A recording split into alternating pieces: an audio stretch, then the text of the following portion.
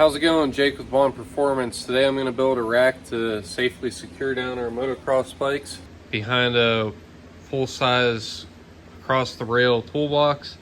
So growing up as a kid, my dad and I just installed eye hooks on the bottom of the toolbox, but I feel like today's toolboxes aren't quite as heavily built as back in the good old days when this 96 was new. So I've got some measurements already figured out. This project's kind of been backburnered.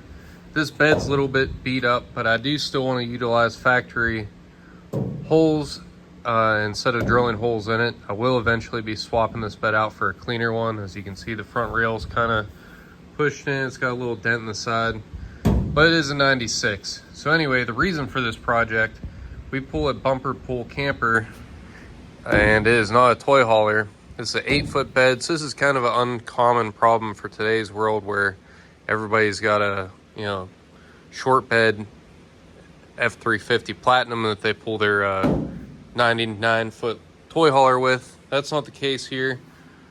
I want to be able to take the kids out riding, and there are 5 of us in the family now, so crew cab's full. Want to be able to have a toolbox in the back to keep stuff that doesn't need to be in the cab out of the cab. So let's get started. So I'd already cut these, and I'm going to show you just for planning purposes if you're wanting to do this yourself. This is 2x2, which is a pretty common size of angle. It doesn't quite cover as much as I'd like, and you're going to see why in a minute here. So I did order some 2x3, and that should get me the over the rail coverage that I want. Now, just for picturing purposes, the toolbox is going to end about here, and there's going to be a crossbar that goes across, and I'll show you how I'm planning to do that. But the kind of ingenuitive thing I'm going to do, at least I think so, I haven't seen anybody else do it, is I'm making stake pocket 1x2 tubing that'll drop in here and pick up the factory holes. So this will bolt without drilling into your bed. Now, like I said, this one isn't that nice, but this mount will be getting swapped over to the new bed whenever that happens.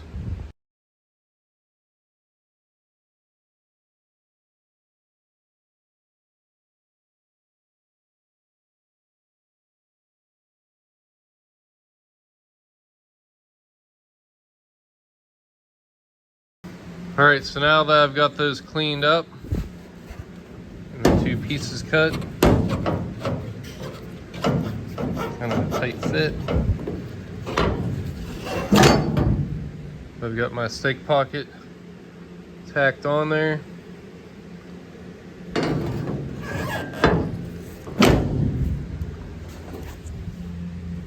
once I get those welded up, I can drill the holes. I'll probably weld a nut to the inside to make it easy to install.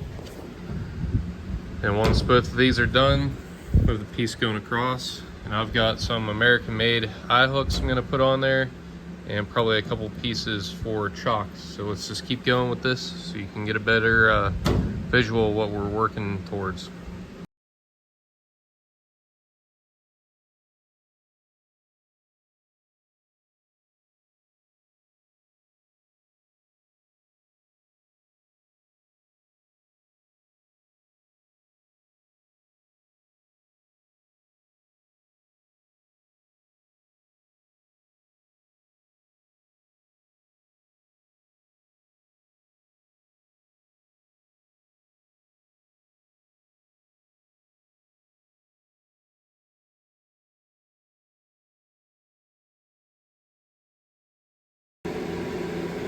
Alright, so hopefully now you can visualize a little bit better what we're going for.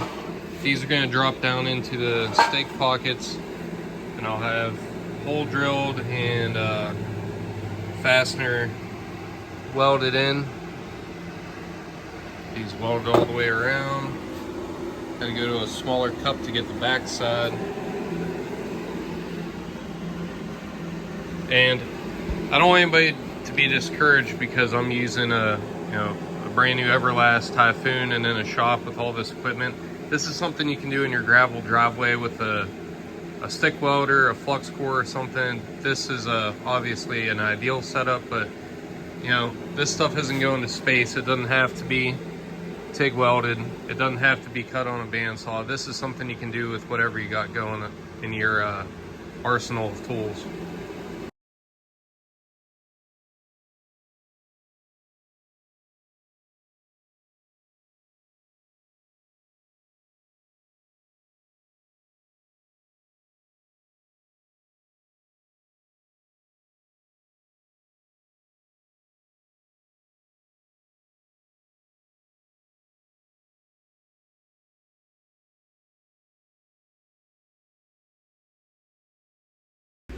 All right, so we've got the big holes drilled,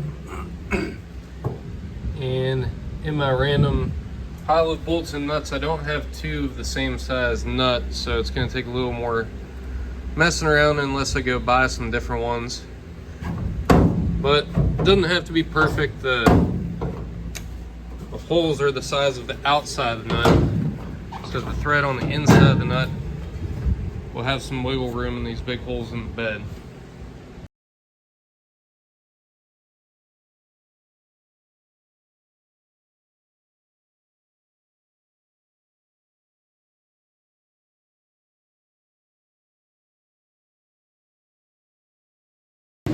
Got a little toasty weld the nuts in, but they're in there.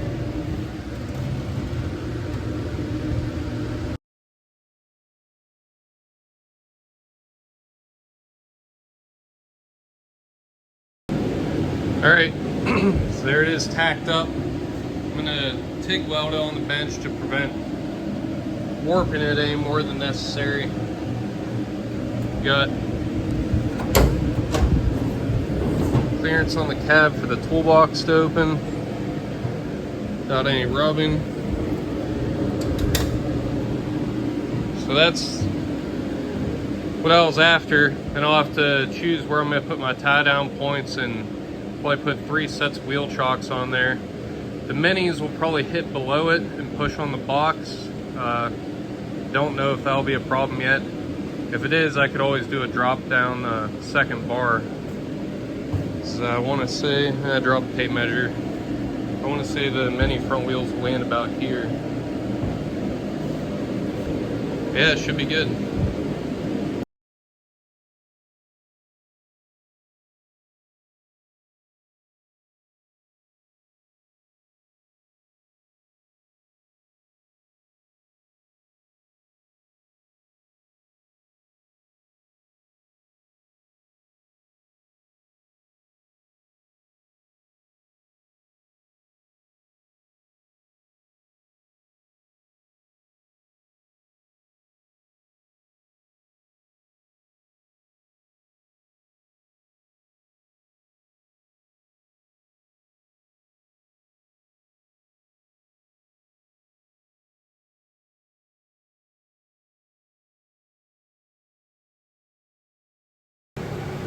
All right, so we're getting to the end of the line here.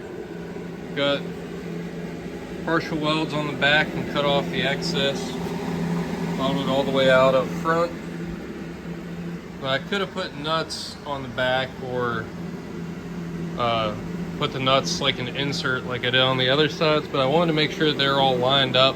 These are way overkill. These are forged American-made hooks. They're rated for way more than anything that's actually going to be on them. They're way stronger than the bar itself. So this will be fine for this application, basically just tying down dirt scooters and maybe some Home Depot finds or whatever. So I think I'm gonna mount this up in the truck, pull the truck out a bit, throw a bike in there and see where I want to put the chocks. My thinking for the spacing is to be able to kind of crisscross over them, and yeah, hopefully this will work out in a way that kind of makes sense. All right, so I've got the YZ in here to determine where I want to put my wheel chocks.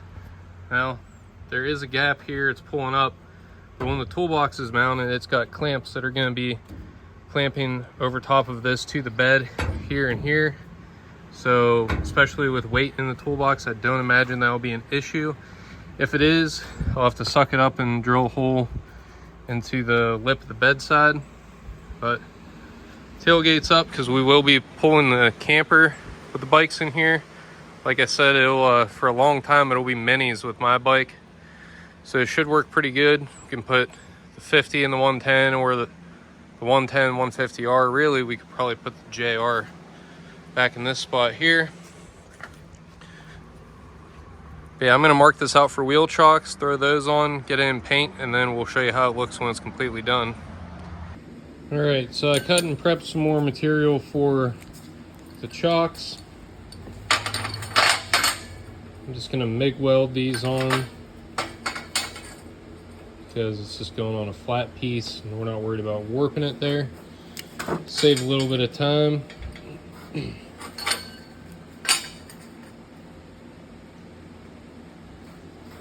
And this will help keep the bikes in place so I'm not always having to stop and pull over and straighten things out. I'm gonna squirt gun these bad boys on there real quick, and then this thing will be ready for primer and paint.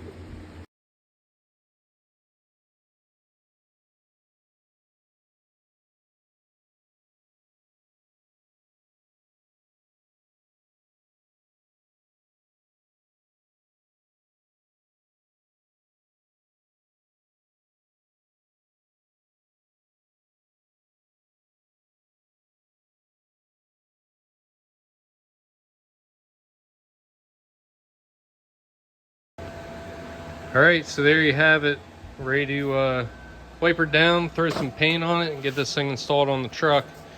I'm getting some foam weather strip. It's 2-inch wide and 1/4-inch thick that I'm going to stick to here to protect the paint on the truck, or what's left of it, as well as on the bottom of the toolbox to protect the top of this. So the end of this video will actually be in a day or two when I pull it together, but I hope this inspires you guys to get out in the shop or driveway or at school or wherever you've got the access to tools to build something to be able to not compromise with your truck and be able to have your toolbox and haul the bike safely. So I spoke too soon. It actually did put a little bit of a bow in it, adding the wheel chocks, but just a little bit of pressure to get it into the stake pockets and it's in there. So let me go ahead and clean it up and paint it up.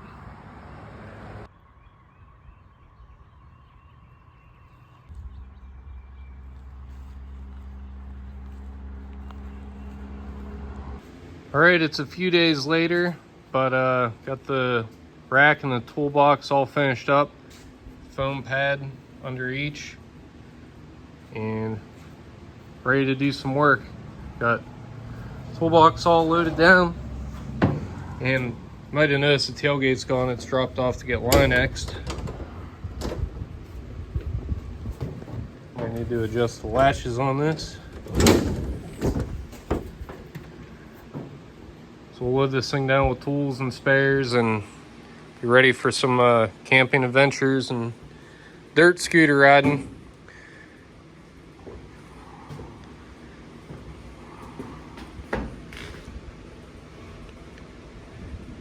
So for anybody curious, these are Crosby hooks made in America. They're about 60 bucks. I always buy material in 20-foot sticks just because I know I'm going to use it eventually. So there's probably about 120 in material in this total.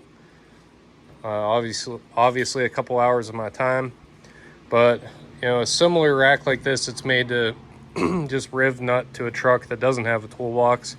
It's about 250. So even if you spend some money buying some tools or paying somebody to help you out, this is definitely something you could come out ahead on and make better use of your truck. So that's it for today. I might pull the truck out and show you guys kind of like a further away view of it. Subscribe if you watched to this point. I appreciate it. And hopefully you'll find something else on this channel for you. Thanks for watching. Duck, duck, duck, duck, duck. Well, there you go.